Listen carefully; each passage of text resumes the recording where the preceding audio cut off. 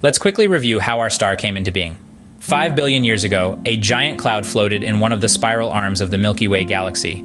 This cloud, called a nebula by astronomers, was made up of dust and gas, mostly hydrogen and helium, with a small percentage of heavier atoms. These heavier atoms had been formed earlier in the history of the universe, when other stars aged and died. This cloud nebula began to contract, collapsing in on itself. The atoms, once separated, began to jostle each other, generating heat. In the rising heat, the atoms collided more frequently and more violently.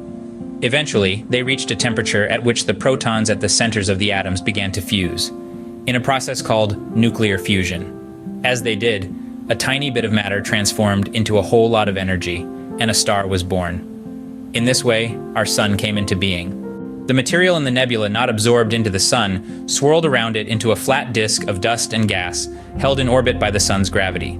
This disk is called an accretion disk. Material in the disk accumulated by further accretion from sticking together. Each planet began as microscopic grains of dust in the accretion disk. The atoms and molecules began to stick together, or accrete, into larger particles. By gentle collisions, some grains built up into balls, and then into objects a mile in diameter, called planetesimals. These objects were big enough to attract others by gravity rather than by chance. If the collisions of planetesimals occurred at high speeds, they could shatter the objects.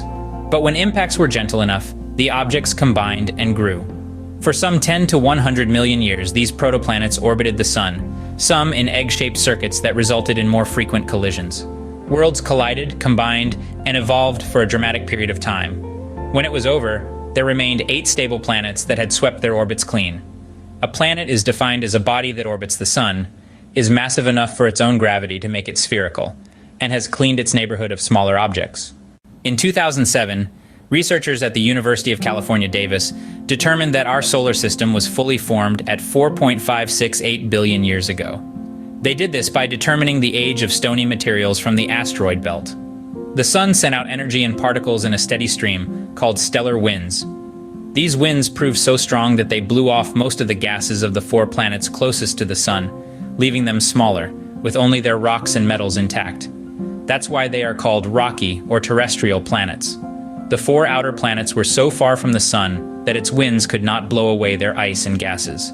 They remained gaseous, with only a small rocky core.